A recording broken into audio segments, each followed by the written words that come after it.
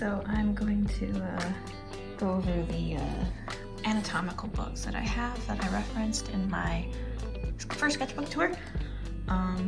So the big four are the Color Atlas of Human Anatomy, the Anatomy Essentials, Classic Human Anatomy, and an Atlas of Human Anatomy for the artist. A couple of these I got from my sister. I don't think they sell this anymore. I looked at Barnes & Noble recently and I did not see it available, which is why in my other video I just linked it to a flip through that someone had for it. I'm not sure when this came out. But yeah, I had an extra copy and I'd sent it to my cousin. And I didn't realize that it was, I guess, out of print. But yeah, I guess good luck finding it if you can. So it's got interviews with other artists. I actually grew up reading a few of Brahms' works, The Plucker and The Child Thief. I have both of those. And it's kind of funny because he's also a military brat. So I don't know what it is about.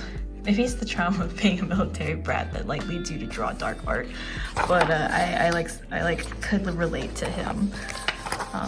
So you got all these interviews with other artists, but what I focused on is the anatomical sketches. So obviously, if you look at that, at my Anato-May, like I copied that. I think I copied a couple of these. Talking about breaking things down into movement. So you want to focus on the line, the whole line of the body. Like you can see that the line of her spine, like it's a whole curve. So that's what they try to reference here. It's like I'll draw the egg for the head and then I'll draw the action shape for the body. So that's kind of what they're explaining. Shadows, I'm not super great at it, but I'm working on it. I tried to do something like that for February a couple years ago where I just focused on doing shadows. It doesn't come intuitively to me, but yeah, I mean, it's all about learning. So like my mom said, you learn until you die. So yeah, it says drawing the torso, but yeah, so shapes. You can see that they're using a very thick brush with like a pencil brush, because I think they're doing these digitally. I had like a thicker pencil that could kind of get the same line style. So if you can find something like that, then I'd recommend it. But yeah, I pretty much just used the same drawings. I just copied them in my sketchbook for anatomy, like the knee and everything, the tendons. Obviously, I don't think I did that, but yeah, I think I did it once in 2018 and then I did it again last year. And at first I didn't think that I improved that much, but after looking at both sketchbooks, it's kind of cool to see an improvement.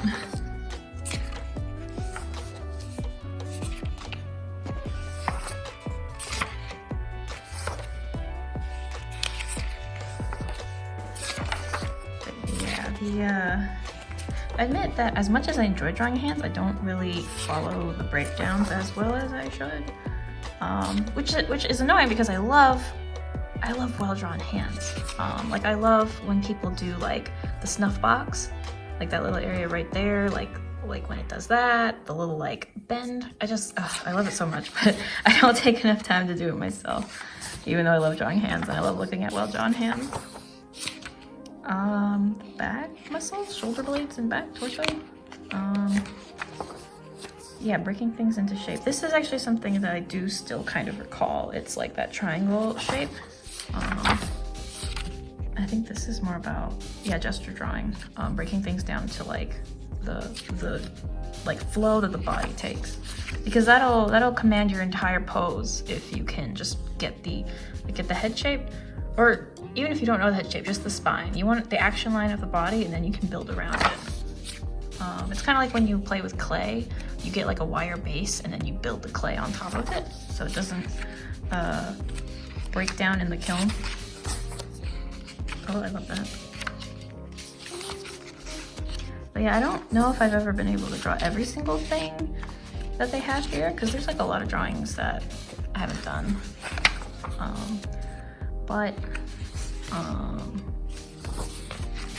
Yeah, well, my sister, she went to an art school and she had to apparently remember every single muscle and all of that, and I'm like, nope, I don't think I could do that. And also I don't really think it's super necessary. So for me, I just focus on like, kind of like winging it, I guess. Just like if you get the basic shapes down, you look like you know what you're doing, basically. But I guess in order to look like you know what you're doing, you kind of have to know what you're doing, because people can tell. Oh, wrinkles. Armor. Oh, flow. So this is something I focus on a lot. So you see how there's a lot of action lines and the way that everything contributes to the motion, like the wrinkles and everything like that. So I think that's very important. This is like animals. It does not do that. I did not focus on that. I think that might be it for the anatomy in this book. I guess they have some poses. Oh, these are like some more sketch-like poses.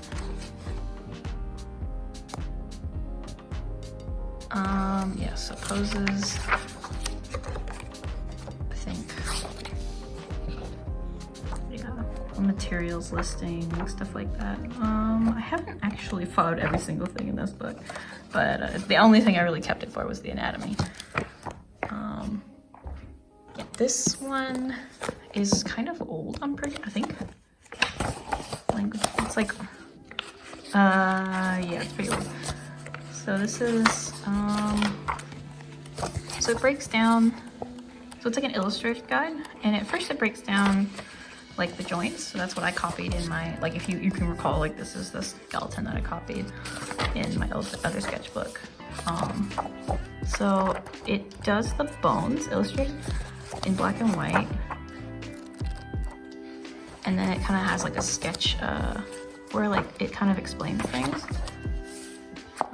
So it's helpful, I think, in the beginning, and kind of like, I guess seeing it like anatomically and then also seeing it in a drawing capacity.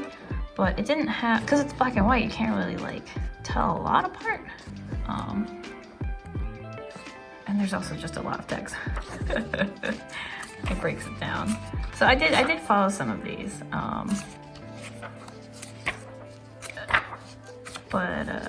Yeah, because it's black and white, there's a little bit of a limitation, which is why I really like this one. I found this at Barnes & Noble, I think, in the health section.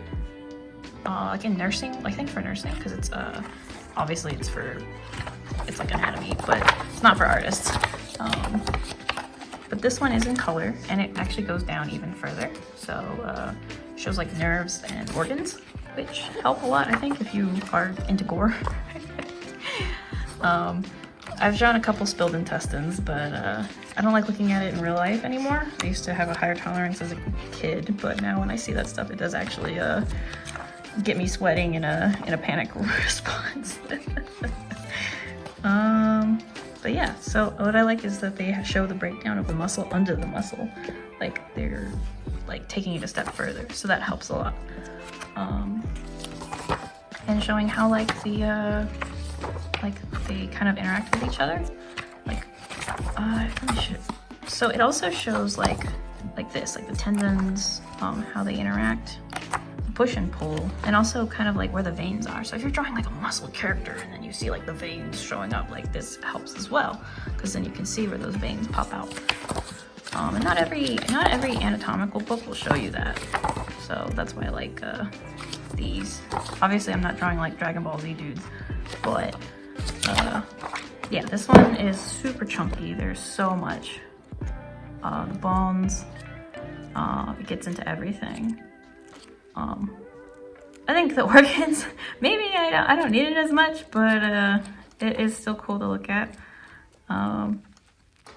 Especially the just the initial part and the bones, and then yeah. hopefully YouTube won't ban me for showing an anatomical sketchbook that includes like a bunch of sensitive bits. But yeah, this one my sister I think gave me. I don't know if she had a second copy or what. This is actually I think some notes from her class. Yeah, I don't know if I should look at that. So it talks about the origin. So these are drawings that people have done. So you're looking at another illustrated like guidebook. Like this helps, like it shows the bunching. So there's little bits of good information for each book. It's just that these are not the level of like detail that obviously the other human atlas was. I think I did try copying from this one before. It's funny because these drawings would be helpful, like, or normally would be I guess the thing that helps people more often, but I like the like things like this, like the motion, like where the collarbone, how the collarbone reacts, stuff like that, and like the arms in motion. Actually, that's one of my favorite things is the little triangle between the titties. Yeah, I just like, there's so much to find joy in drawing the body. But yeah, seeing how the muscles like flex and curve, like there's a lot of really good information. I haven't absorbed every single bit of it, but yeah. Oh, this part is good because it shows the like they build on the muscle, like slowly it adds like more and more muscle. So yeah, there's like more now, how they connect, different parts, and how they move, and it builds up to like the full arm muscle. Pretty cool. But yeah, I've done a couple of the studies from this one, like breaking down the muscles of the hand. I don't think it shows the veins like bulging or anything. But yeah, yeah, so like kneecaps are really difficult for a lot of people. Like it's hard to kind of like parse what's going on down there, especially since they fall apart so fast. So a lot of people just avoid drawing knees or feet or hands.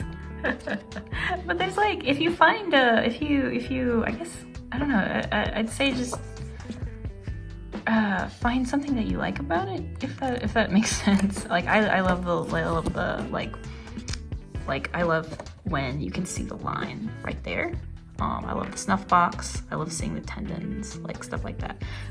With feet, I like seeing the ankles, like the ankle, like a tapered ankle looks really cool. Like the arch of it. Yeah, obviously a lot of people like the little like V in the back. So you just gotta find the stuff that you like to draw. So like, it's like, it makes no sense, but for me, if I draw a feet, I like to draw the little pinky kind of like off to the side, like kind of curved sideways, because, you know, like that toe isn't gonna be straight. I like to draw it like on the side. So you kind of, as you get better at anatomy, you kind of find things that you like drawing, if it makes sense. So hopefully if you're studying anatomy, you find something like that for you. In terms of inspiration, I think the one that got me into flow, like having a character evoke movement is I